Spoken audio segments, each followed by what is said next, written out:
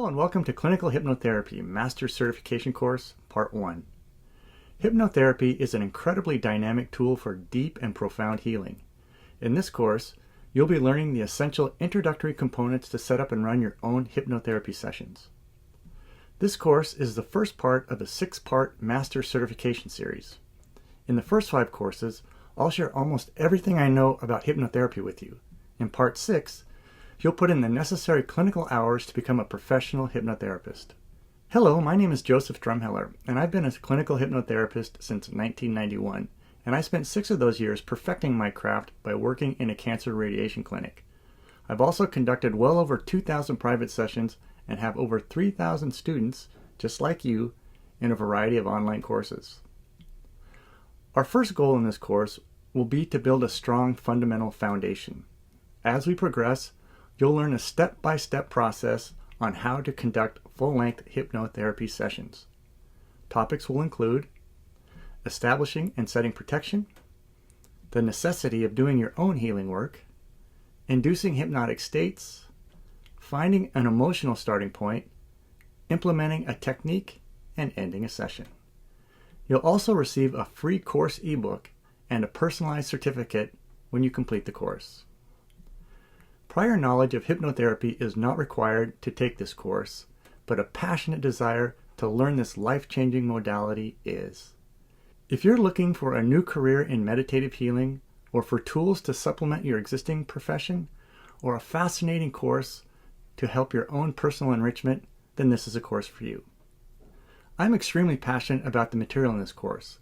I've experienced the powerful transformative effects of hypnotherapy firsthand, and I've taken thousands of others through it too. My hope is that you'll learn to do the same.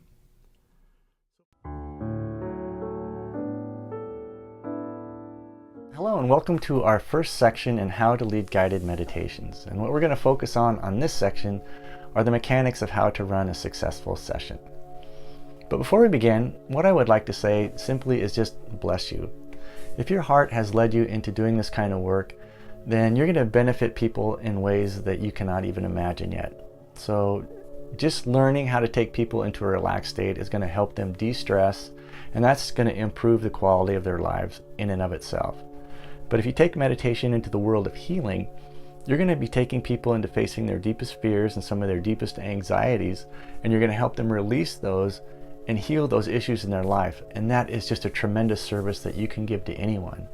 And then if you want to take it even further, you can go into the world of helping people create what it is they desire in their lives. And that is where meditation can get absolutely miraculous. And so, bless you, there are not enough people like you in the world. So keep up the great work. Now what we're going to do now is talk about how to set the tone for a meditation event, whether you're working with one person or a group of people. And this is going to be geared towards talking about working with people in a live setting. So one-on-one audience, or a group in a live setting, or in a meditation group, or some type of event. So the first thing you want to do is you want to set the stage, because what you're doing is taking people into a sacred space.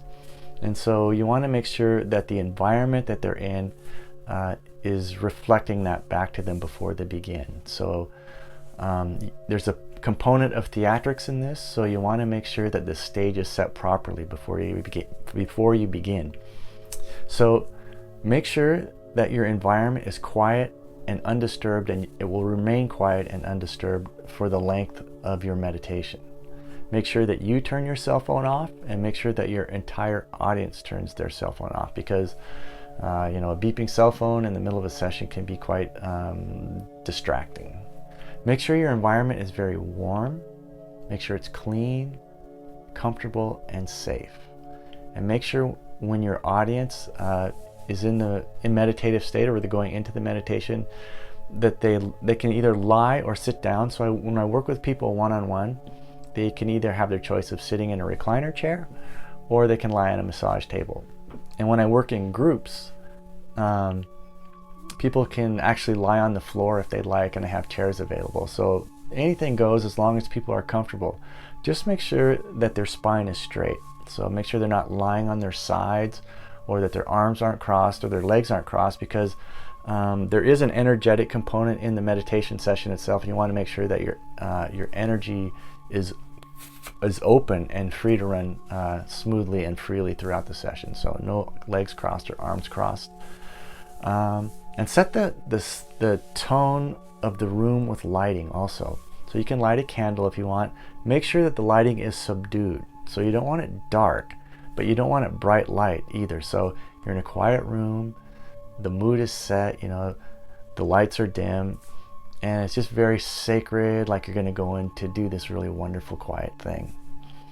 Music is also a great enhancer. I use music a lot. It's not required. I didn't use it in the beginning, but I've used it more as I've led people through meditations more. So I'm talking about meditation music or soft ambient music or nature sounds that are in the background that are quieter than your voice, so that it doesn't drown out your voice.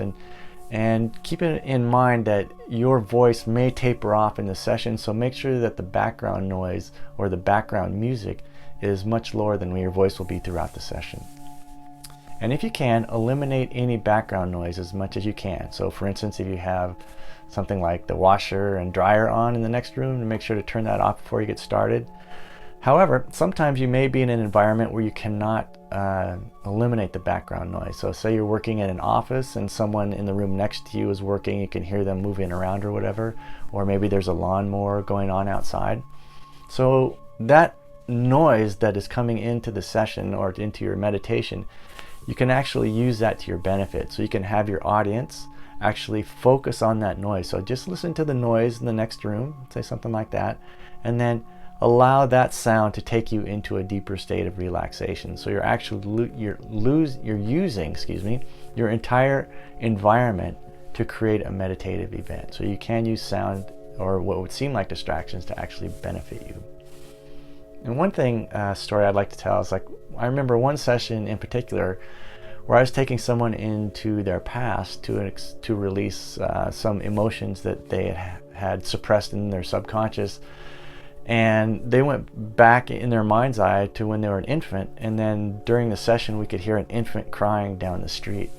It was pretty surreal. So that's happened a number of times in meditations that I've done with people, is that the natural world or your surrounding environment will actually start to interact and respond to what's going on in the meditation itself. So that makes it very dynamic and kind of surreal and exciting.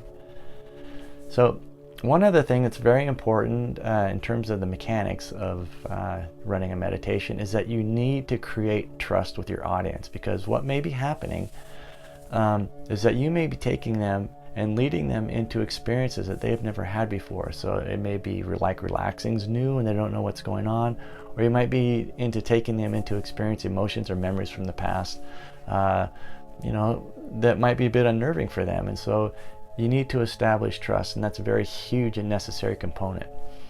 And the easiest way to do that is to just be yourself. Be honest, be genuine, be straightforward, and be very supportive and nurturing, and people will respond to that just naturally, and they'll start to relax if you are relaxed and calm yourself. So what I like to do in my sessions is I spend 15 minutes to a half an hour preparing for the session by relaxing or getting into a meditative state. So when people start to show up, I'm already relaxed and in the zone. And if you're working one-on-one, like in a therapy session with someone, you want to make sure to listen to your client before the session begins. And so most all the time people are going to want to unload a little bit and get whatever on their mind.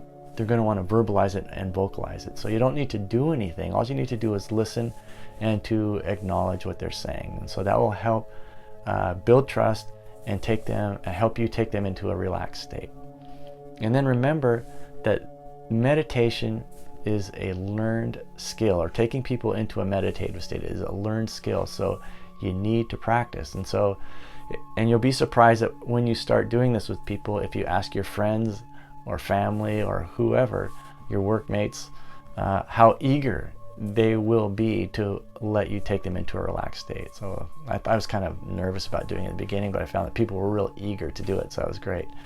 And then as you do more and more sessions, and as you practice and get better, you're going to start creating successes where you can see the cause and effect of what you do.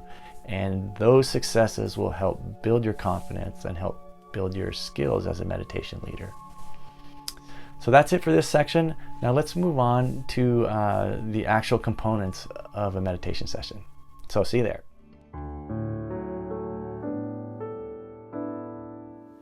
Okay, in this brief little lecture here, what I'd like to do is just show you my sacred space. This is where I work when I do private one-on-one sessions with clients. And also when I do phone and Skype sessions, I'll sit in this brown chair. So when clients come to see me, they will sit in the brown chair. And then you can see on the other side of the wall there's a window and some little spiritual trinkets and stuff.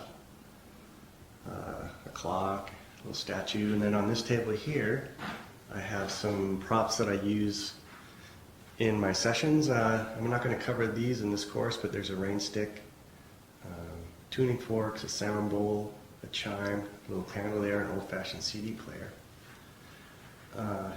And those we'll get into in later classes if you take more.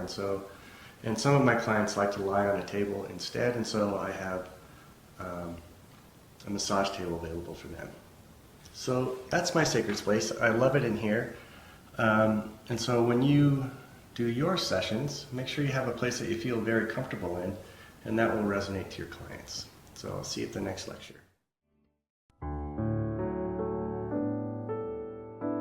Welcome to the lecture entitled The 3 R's. And what the 3 R's are it's a basic format that you're going to use as you're leading a guided meditation. And what the 3 R's stand for are relax, release, and replace. So what you'll be doing in the beginning is that you'll be taking your audience into a relaxed state. So you'll start by taking them into a lightly relaxed state. Then you'll take them into a very deeply relaxed state, and that kind of opens the world into the healing part of their psyche. And then you're going to find the starting point for the meditation session, especially if you're doing some type of deep healing work. And they'll be able to locate that sensation or that feeling in your body.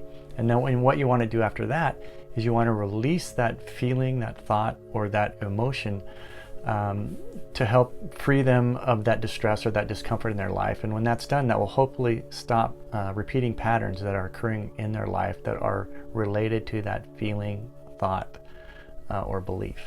And then what you want to do at the end is you want to create a positive feeling or something that's the opposite of what they just released, and make sure that they kind of plant that into their body or into their energy field. So you always want to make sure that your audience goes home feeling healed, relaxed, relieved, and just feeling very good. So that's it for this section. So let's move right along to our next topic. Thanks.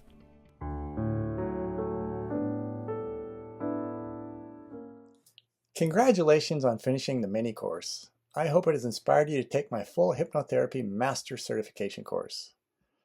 This 7-part 150 course begins with the fundamentals of setting up and leading your first hypnotherapy session. From there, I'll systematically walk you through a step-by-step approach on how to perfect your delivery of 15 time-tested techniques. I'll also include information on professional insights you won't find in any other course, because it's been gathered by my own personal experience of over 3 decades as a master hypnotherapist. You'll also learn how to address advanced issues seasoned hypnotherapists will face, including abandonment, unworthiness, cancer, spiritual awakening, and more. And to top the course off, you'll be putting in a substantial amount of practice on live clients to get the necessary clinical experience you'll need to launch as a professional hypnotherapist. If you're looking for a meaningful new career in hypnotherapy, a soulful personal enrichment course, or powerful supplemental tools to add to your existing profession, then Clinical Hypnotherapy Master Certification course is for you. So please join me on this incredible journey of learning how to harness the power of the subconscious mind. All you need to do is register by hitting the link accompanying this video. Come join me and over 3,000 students from 127 different countries. I can't wait to get started. I'll see you in class.